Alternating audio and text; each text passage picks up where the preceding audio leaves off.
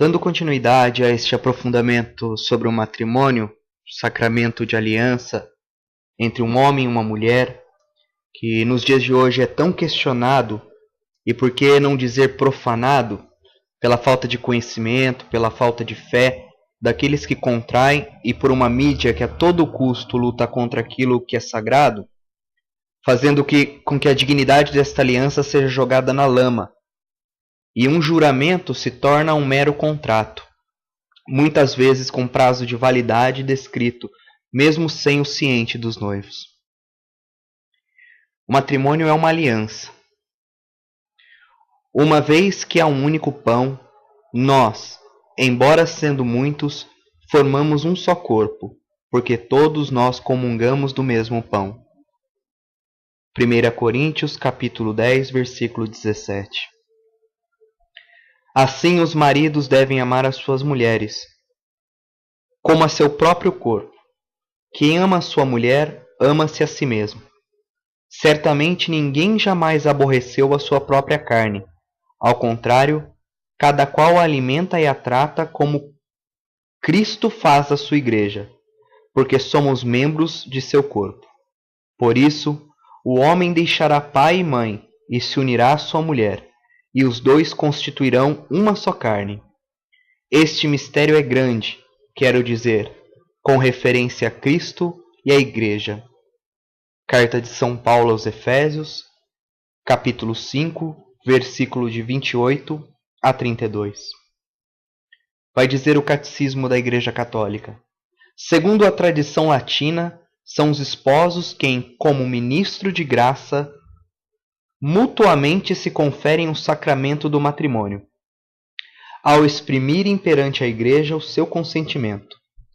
Nas tradições das igrejas orientais, os sacerdotes que oficiam, bispos ou presbíteros, são testemunhas do mútuo consentimento manifestado pelos esposos, mas a sua bênção também é necessária para a validade deste sacramento.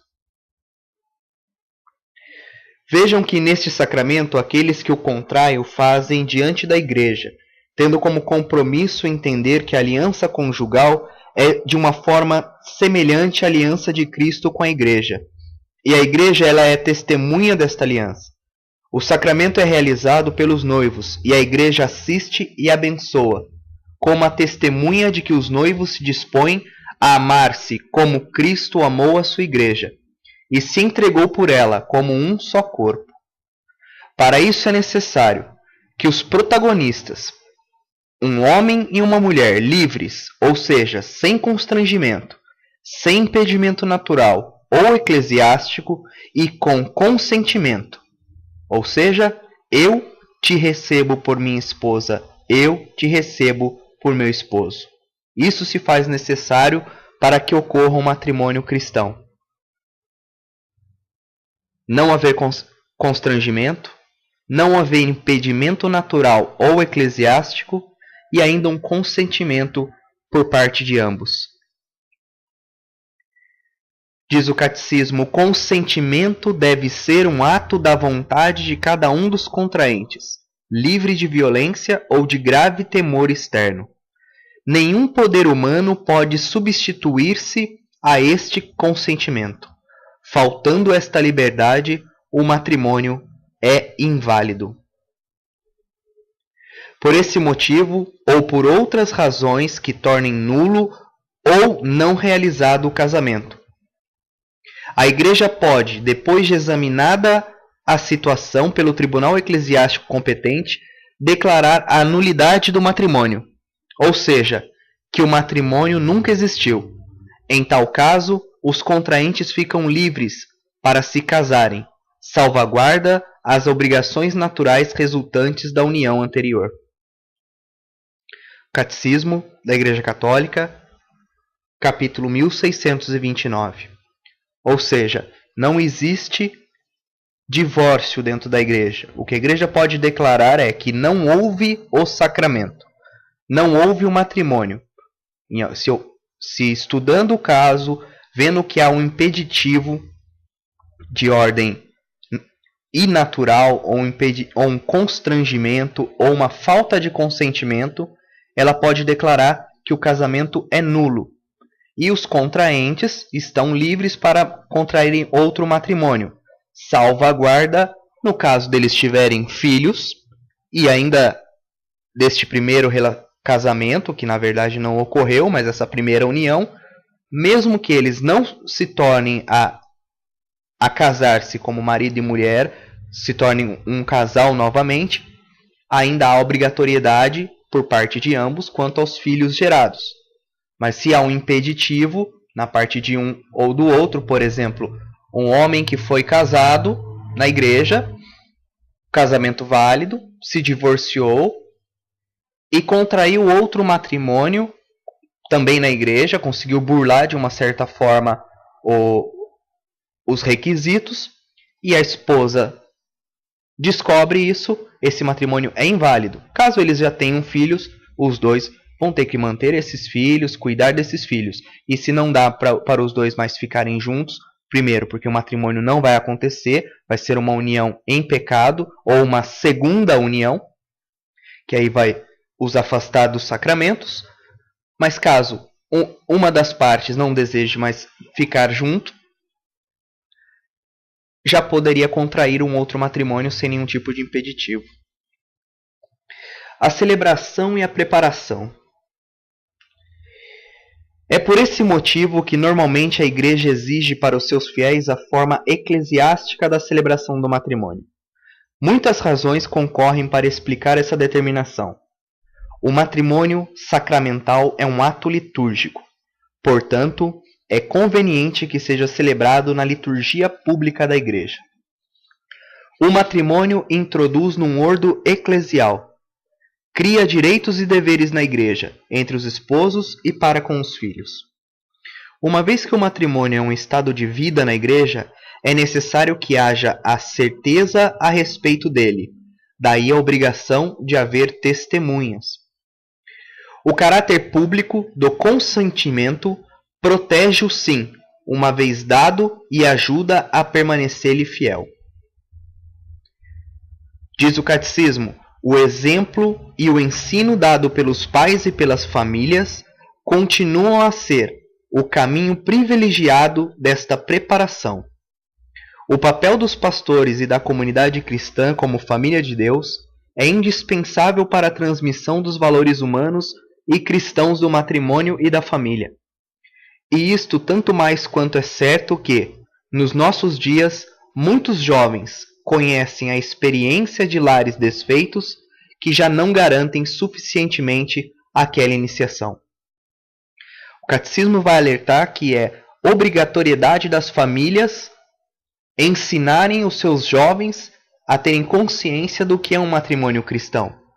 Mas quando isso falta nas famílias, também vai acabar faltando nos jovens que vão contrair matrimônio. Então vai virando uma bola de neve. Famílias destruídas acabam gerando na cabeça de muitas pessoas formas de destruição de família, e não de união de família, e não de modelo de família. Isso, consequentemente, gera na igreja uma quantidade de matrimônios sem a consciência do que é realmente esta união diante de Deus, este juramento, este sacramento. Aí é papel da igreja, é papel das pastorais ir ao encontro, mostrar, ensinar e mais famílias serem testemunhas deste amor. É muito importante também a gente salientar que o sacramento do matrimônio ele é indissolúvel. E este grau de importância precisa daqueles que farão este juramento uma consciência muito grande daquilo que estão prestes a jurar, diante da igreja e de uma assembleia de testemunhas. Basta analisarmos que hoje, para algum candidato se tornar sacerdote, ou mesmo fazer a profissão solene dos votos religiosos, o mesmo é preparado por no mínimo 6 anos, onde é instruído e provado. E saiba que mesmo após a profissão ou ordenação, o mesmo pode pedir à Santa Sé a sua dispensa, caso analise que não deseja mais o estado de vida, sacerdotal ou religioso. No matrimônio não é possível pedir uma dispensa, desde que o mesmo seja válido, Por isso que a preparação de candidatos precisa ser mais bem realizada. Não basta 3 dias de encontro com pastorais como o ECC ou pastorais de casais e pronto. Aqueles jovens já estão prontos para para constituir família, já está pronto para o matrimônio. Eles estão fazendo um juramento para sempre, ser uma só carne. Um dos grandes males da consequência de inúmeros divórcios, de casamentos contraídos dentro da igreja, é pela falta de preparação. Jovens que não estavam prontos para contraírem um matrimônio, não estavam prontos para jurar esta fidelidade, este amor mútuo, ser um só corpo. Não tinham nem consciência do que estavam fazendo. Então, é necessário de todas as pastorais focarem de uma forma muito mais árdua para que novos casais possam contrair um matrimônio na igreja consciente do que estão fazendo. Consciente. Ainda hoje o matrimônio na igreja não exige nem mesmo práticas cristãs. Casais que casam na igreja e nem passaram pelo sacramento da confissão, comungam e não sabem o que estão fazendo. E qual vai ser a consequência disso? Vai ser a consequência de um divórcio lá na frente, de uma família destruída, de traição, e enquanto o matrimônio for válido. E muitas vezes o matrimônio nem válido vai ser porque os dois não estavam aptos para fazer o que estão realizando diante do sacerdote, da igreja belíssima, com coral, com todos os instrumentos, marcha nupcial, só que foi só figurativo. Faltava a essência, faltava entender-se que o que estava fazendo e o que estava se desejando realmente ali diante do altar. Vai dizer o Código de Direito Canônico. Os pastores de alma têm obrigação de procurar que a própria comunidade eclesial preste assistência aos fiéis, para que o estado matrimonial se mantenha no espírito cristão e progrida em perfeição. Tal assistência deve prestar-se principalmente, primeiro, com a pregação, a catequese adaptada aos menores, jovens e adultos, mesmo com a utilização de meios de comunicação social, para que os fiéis sejam instruídos acerca do matrimônio e do papel dos cônjuges e dos pais cristãos.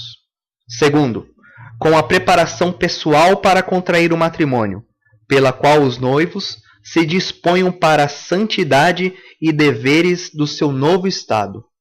Terceiro, com a frutuosa celebração litúrgica do matrimônio, pela qual se manifeste que os cônjuges significam e participam o mistério da unidade e do amor fecundo entre Cristo e a Igreja.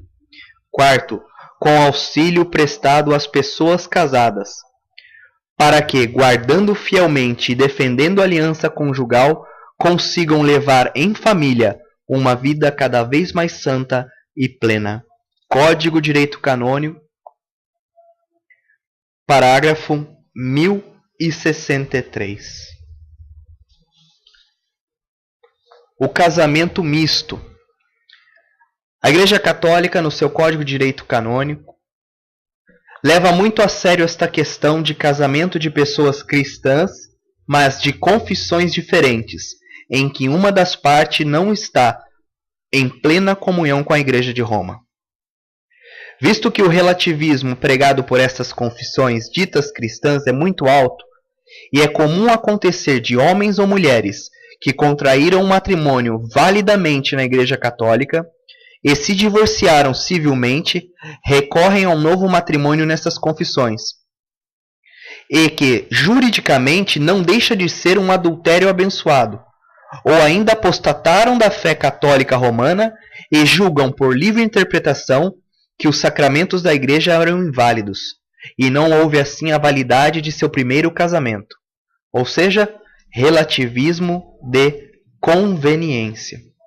É muito comum hoje casais que foram casados na Igreja Católica, se divorciaram, depois de um tempo se encontra com outra pessoa, o casamento era válido, ela contrai um novo matrimônio numa igreja protestante, que o pastor, por um valor X ou Y, faz o casamento, independentemente se houve ou não houve um outro casamento na Igreja Católica. Porque para eles não valia, não era válido. O sacramento não é válido, o sacramento católico, então você pode casar na igreja do R.R. Soares, e depois, se você não der certo, você se separar, você corre lá na de Edir Macedo, que eles vão te casando, e é um relativismo de conveniência.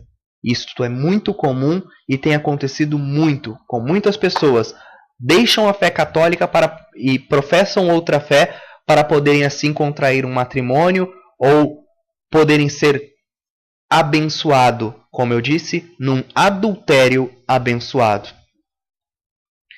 O matrimônio entre duas pessoas batizadas, uma das quais tenha sido batizada na Igreja Católica ou nela recebida depois do batismo, e que dela não tiver saído por um ato formal, e outra pertencente a uma igreja ou comunidade sem plena comunhão com a Igreja Católica, é proibido sem a licença expressa da autoridade competente. Código de Direito Canônico, parágrafo 1124. O ordinário local pode conceder esta licença se houver causa justa e razoável. Não a conceda, porém, se não se verificarem as condições seguintes. Primeiro, a parte católica declare estar preparada para afastar os perigos de defecção da fé e prometa fazer todo o possível a fim de que toda a prole seja batizada e educada na Igreja Católica. Segundo, informe-se tempestivamente desses compromissos da parte católica à outra parte, de tal modo que conste esta verdadeiramente consciente do compromisso e da obrigação da parte católica. Terceiro, ambas as partes sejam instruídas a respeito dos fins e propriedades essenciais do matrimônio, que nenhum dos contraentes pode excluir. Código de Direito Canônico, parágrafo 1125. Tanto o Código de Direito Canônico quanto o Catecismo deixam claro que há uma obrigatoriedade da parte católica de se comprometer a educar a prole na fé católica e assegurar a fé batismal. Então, no caso de um casamento misto, onde um dos contraentes do matrimônio não professa a fé católica, a parte católica jura, no lugar dela, no lugar da outra, que os filhos serão educados na fé católica. Faz uma profissão de fé. Só assim a igreja vai permitir este casamento. Na base deste juramento que a parte católica tem que professar. Diz o Catecismo da Igreja, no parágrafo 1635.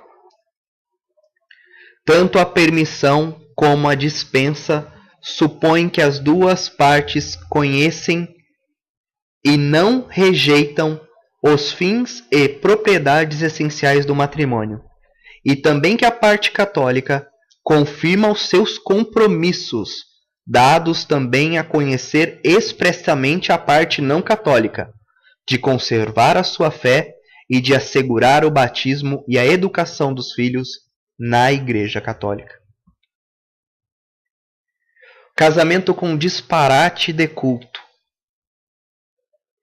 Vai dizer São Paulo na carta aos Coríntios: pois o marido não cristão é santificado pela esposa cristã, e a esposa não cristã é santificada pelo marido cristão. Se assim não fosse, seus filhos seriam impuros, quando na realidade são consagrados a Deus. Na verdade, ó mulher, como pode você ter certeza de que salvará o seu marido?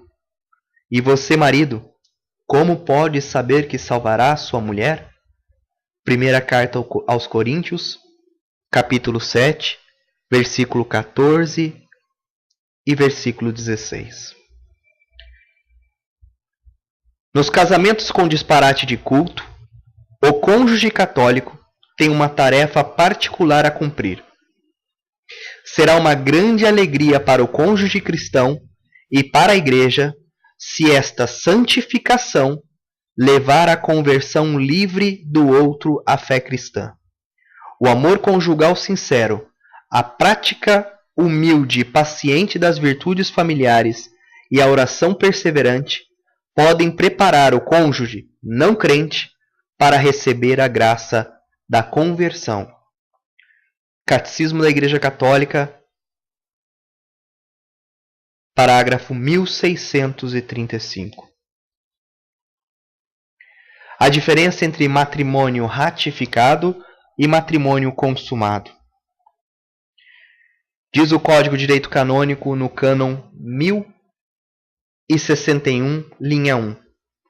O matrimônio válido entre os batizados chama-se só ratificado, se não foi consumado. Ratificado e consumado, se os cônjuges realizaram entre si, de modo humano, apto por si para a geração de prole, ao qual por sua própria natureza se ordena o matrimônio, e pelo qual os cônjuges se tornam uma só carne. No cânon 1141, o matrimônio rato e consumado não pode ser dissolvido por nenhum poder humano, nem por nenhuma causa além da morte. Cânon 1142. O matrimônio não consumado entre batizados ou entre parte batizada e parte não batizada pode ser dissolvido pelo Romano Pontífice, a pedido de ambas as partes, ou de uma delas, ainda que a outra se oponha.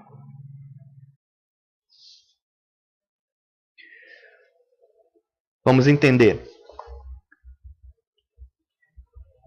O matrimônio ratificado é o matrimônio que acontece após a celebração. O que Deus uniu, homem nenhum pode separar. Ali está ratificado. Já é um casamento ratificado.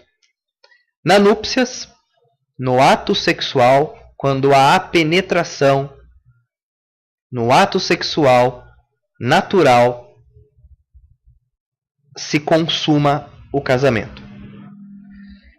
Isto acontecido entre batizados não pode ser por poder humano nenhum dissolvido.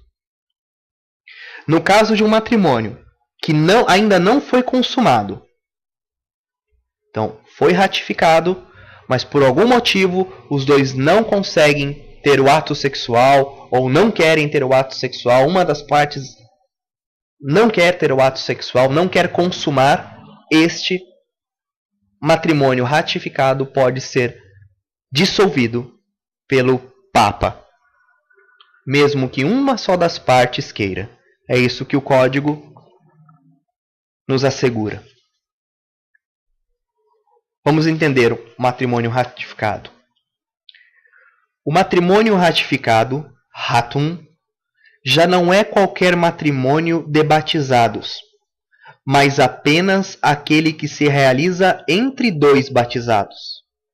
De fato, esta denominação se refere à ratificação do matrimônio pelo sacramento, e a maior parte dos autores se inclina por não considerar sacramento o matrimônio entre um batizado e um não batizado. Deixando maiores especificações para o estudo do impedimento de impotência, podemos dizer conforme a jurisprudência canônica por ato conjugal apto por si para a geração de prole. Se entende a ereção do membro viril, sua penetração na vagina e a ejaculação no interior dela. Por isso, não se pode considerar consumado um matrimônio sem a cópula entre os esposos que se deu unicamente pela violência ou pela fraude ou no momento de transtorno mental ou transitório. Novamente, o Código de Direito Canônico está dizendo que o matrimônio ratificado não é qualquer matrimônio, é um matrimônio entre dois batizados. É o que aconteceu na igreja diante das testemunhas. Logo, ele passa a ser um matrimônio consumado a partir do ato conjugal, aonde há a ereção, penetração, ejaculação no interior da vagina. Se não houver a penetração, se não houver a ejaculação, não há consumação do ato sexual aberto à vida. Mas no caso de um ato sexual onde uma das partes, num exemplo, está bêbado, foi por violência, foi à força, não pode ser considerado como um matrimônio consumado. Tem que ter a consentimento de ambas as partes. Da mesma forma que para ratificar o matrimônio não pode ter constrangimento, precisa ter consentimento. Também, na consumação deste ato, precisa ter consentimento e não pode haver constrangimento.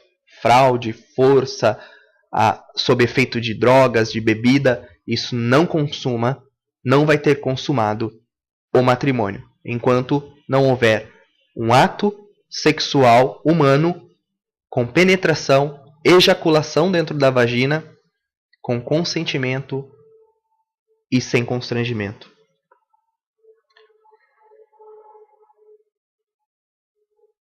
O matrimônio celebrado na igreja é então ratificado e é consumado no ato sexual, nas núpcias.